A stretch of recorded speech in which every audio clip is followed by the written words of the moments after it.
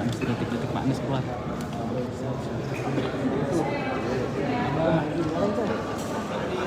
Abah, Abah, Abah.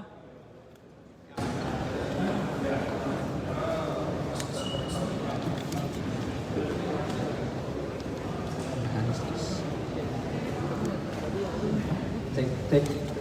Baik teman-teman, terima kasih kehadiran pada malam hari ini.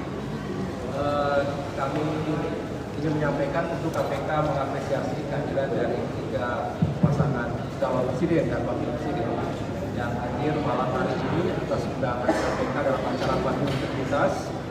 Dan tadi KPK telah memaparkan satu Pak Anies dan Pak Muhaimin. Seandainya kemudian nanti terpilih menjadi presiden, pada kesempatan ini KPK memberikan waktu 5 menit, Pak, boleh bergantian menyampaikan statement terkait dengan upaya dimaksud.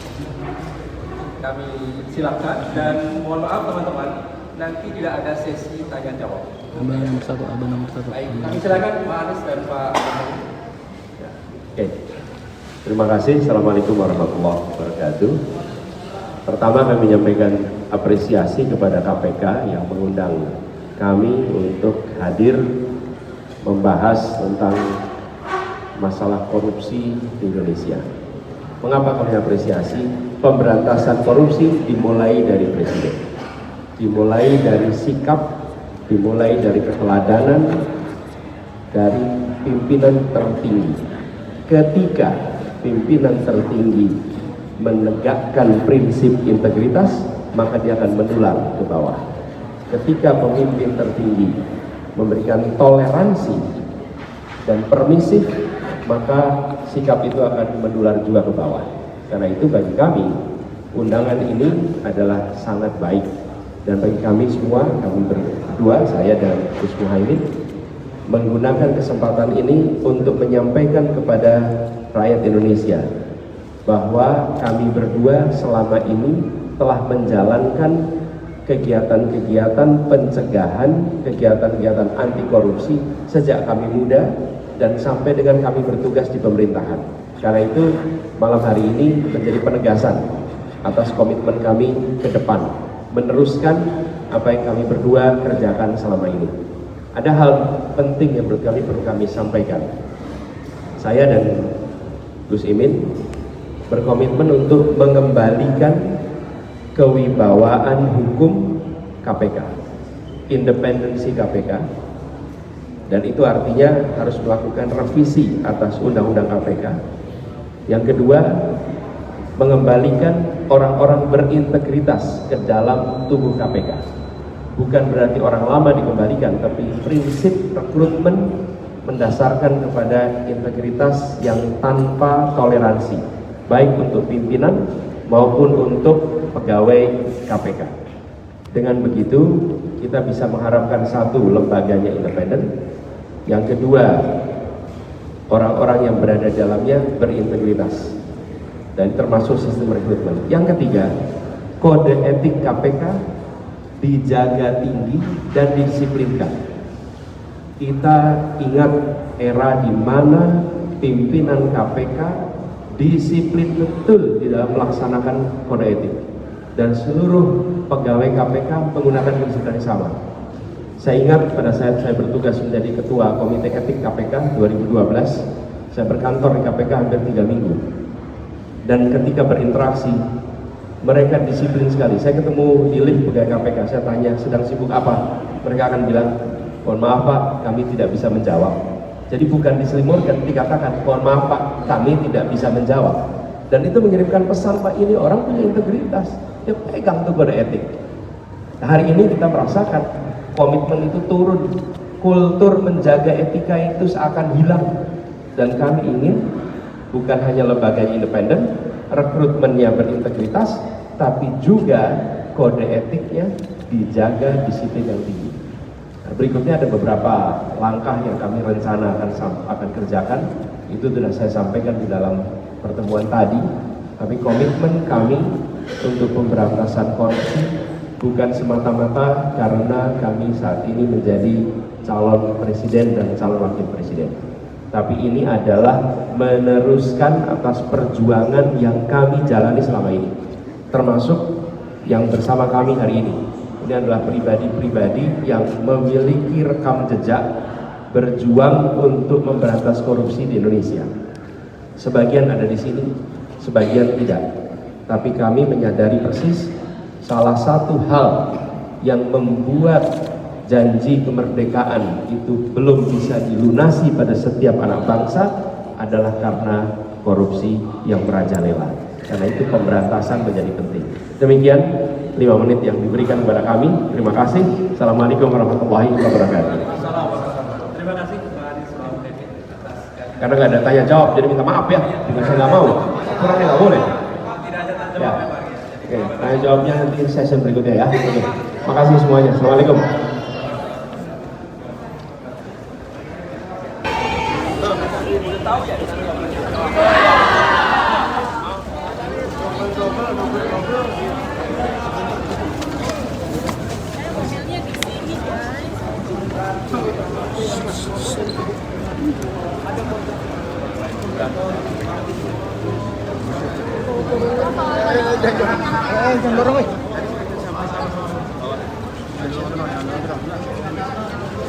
Penguatan terkait dengan APN Pak Anies tadi disampaikan agak jadi dalam KPK ya.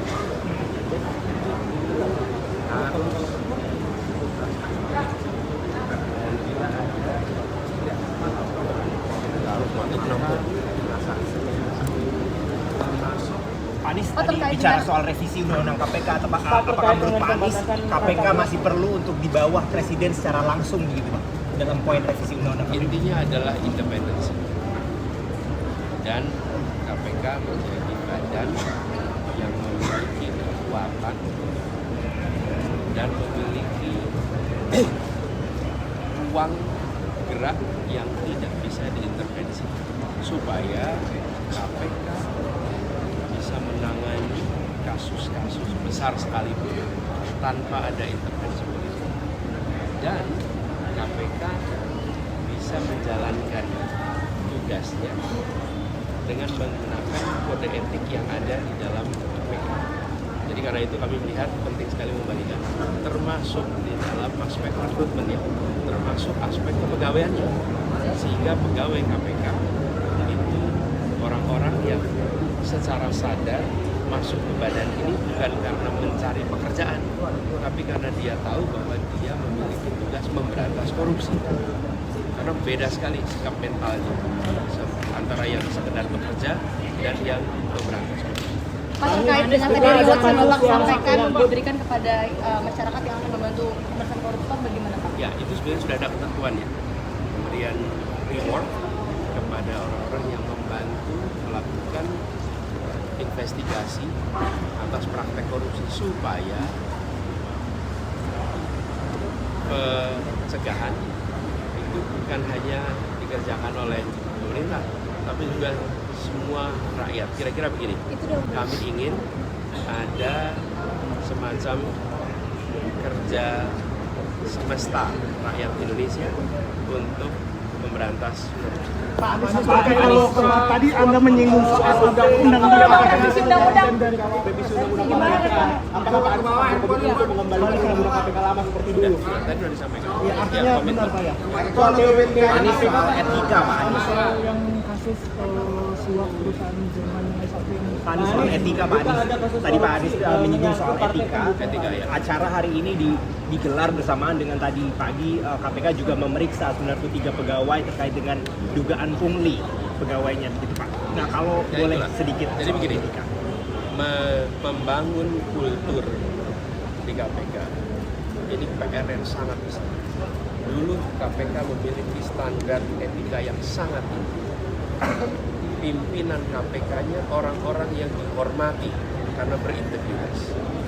Jadi dari atasnya pun sudah dihormati, sehingga adanya kode etik yang tinggi, standar etika yang tinggi, dilaksanakannya mudah karena yang puncaknya dan pimpinan-pimpinannya pegang kode etik itu. Tapi kalau puncaknya tidak, ya turun ke bawah, makin rendah makin rendah. Nah karena itulah kenapa saya sampaikan tadi rekrutmennya orang-orang berintegritas. rekam jejak yang bersih, tentu punya kompetensi. Lalu dilakukan penumbuhan kebiasaan baru yang dulu pernah ada di dalam institusi KPK. Nah, kedisiplinan itu harus dilakukan. Suka gitu ya, nggak mau. Tidak ada sedikit pun ruang untuk ngobrol, diskusi, nggak bisa balik semua. Nah, saya rasa ini harus dikembalikan. Boleh diberikan skor, Pak.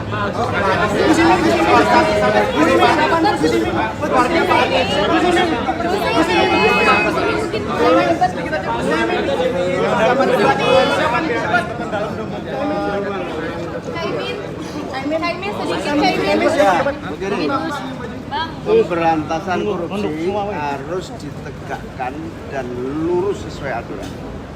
Jangan sampai ada penegakan korupsi berbau kriminalisasi.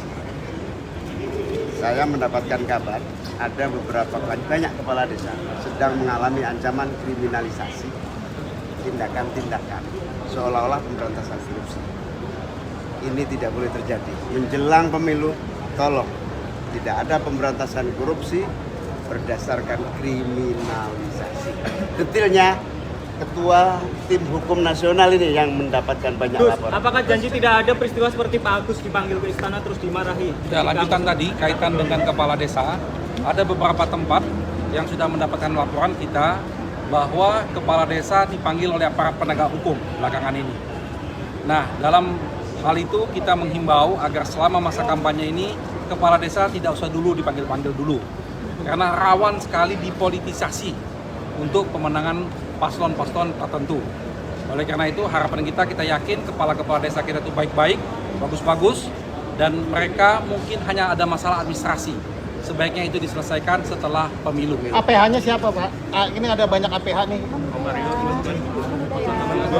Oke, itu aja. Terima kasih.